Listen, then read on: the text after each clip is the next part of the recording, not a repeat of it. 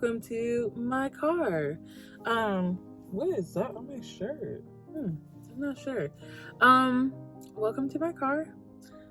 Today we just got my nails done, and I wanted to talk about my 4 books that I read in January, like a January book haul.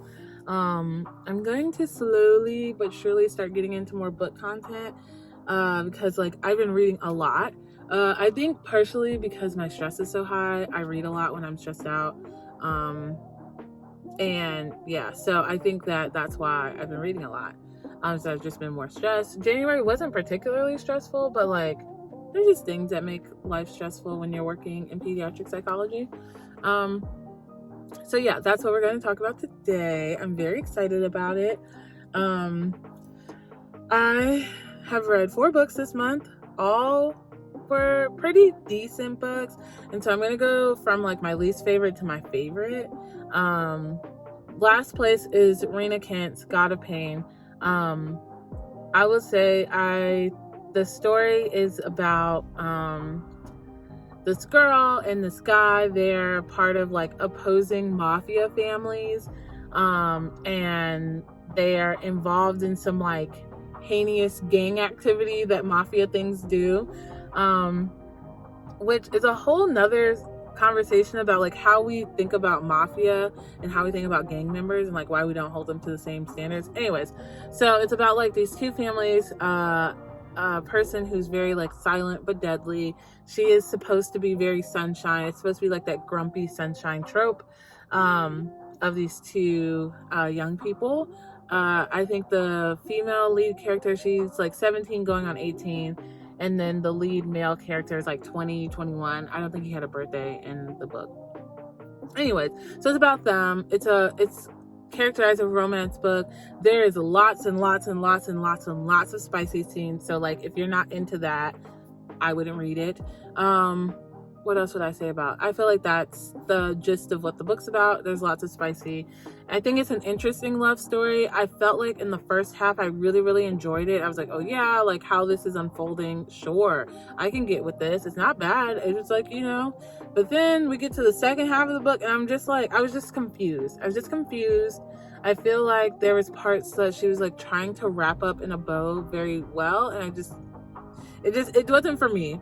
And it also like some of the parts I was like, yeah, they're like making these dumb decisions because they're 17 and 20. Like, you know what I'm saying? Like some of the stuff I was like, these are very young people. And now at my ripe age of 30, I don't want to be reading about young adults like this. Well, one young adult, one teenager like this and these kinds of scenes. So I gave it 2.5 stars, which felt really icky. And I just, yeah. Okay, coming in 3rd place, there's only 4 places, is Brenda Jackson's book called The Wife He Needs. It is about this very rich Black man. So the premise is like irrelevant. I was looking for a book about a Black cowboy and like this technically wasn't it. I think maybe like she has lots of books and like in this world, and so I feel like maybe there are Black cowboy-esque scenes and stuff, but I feel like in this book that was like missing because they're just rich Black cowboys. So anyways, this book is about a billionaire, well, I wouldn't say billionaire, a very well-off CEO, and he has decided that he doesn't want to get married, or he doesn't want to fall in love, and he signs up for this dating site. He hires a pilot to take him to California, I think, so that he can, I can't remember if it's California or somewhere, where he can like meet this woman off the dating site, and then he basically gonna proposition her of like, yeah, I'll respect you, love you, or I'll respect you, take care of you, all this stuff, but I won't love you. The date like no shows because of some mishap, and so then he stays with his pilot. And it's really good. It's so short though, which is why I think I'm putting it in 3rd place. It's just really short, and I wanted more. Like, I wanted to know more about the characters. I wanted to know more about their lives. I just wanted more. I wanted to know more about the main man character, like just his life, like how is he a black cowboy, like what's going on. But I feel like those details weren't really there. The book is like 200 pages, so it's like really short, but it was really good. I really enjoyed it. I gave it, I think, 4 stars. I can't remember, but yeah, so I really liked it. Next would be By a Thread by Lucy Score. This is a book I saw on TikTok, and I read one of the pages on TikTok, and I was like, sign me up. Oh wait, sorry, I didn't like finish my review of Brenda's book. Is that there are spicy scenes. They're not overly graphic. I felt like they were like appropriate. I like them. They were good. The main characters are a little older, so like if you're looking for an older romance, that would be good. Like older, like maybe in their 40s. I don't know actually how old they are. I'm sure it says in the book, but I'd be reading. So I feel like there are some spicy scenes. It's not nearly as graphic as God of Pain at all. But I felt like they were good, appropriate, like it made sense in the story. Whereas in some books they just throw in like sex scenes so that people can like, you know. So anyways, so By a Thread by Lucy Score is another Grumpy Sunshine book. I think it's like 500 pages. It's a thick one. It's a big book. But I felt like that story was so good. I really enjoyed the story. It is about a CEO and a girl who basically needs money. She is very like sunshine and bubbly and so adorable, and he's like grumpy. He barely talks. Everyone in the office fears him. And yeah, so that's pretty much that story. I felt like it was really good. I felt like the spicy scenes were pretty good. I will say that I like the idea of like all the fashion stuff. I'm not super into fashion, but it was a cute like devil wears Prada moment, I guess, I think is what I would say. But it was really good. It was really interesting. I like the characters. I think I gave it like a 4 or 4.5. I can't remember. But it was really, really good. And my number 1 book from this month is Mickey Chambers' Shakes It Up. First of all, my first thing is that so the main character's name is Michelle, and she goes by Mickey. I love that. I think that's so adorable.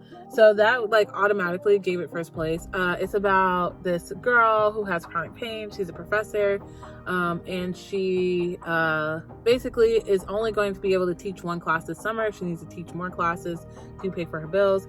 And so she picks up a job bartending, which is where she meets Diego.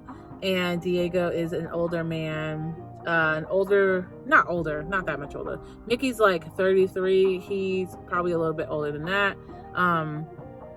He is a widow. He is, I would say, Latinx coded, or maybe Latinx, maybe Hispanic. I'm not really sure.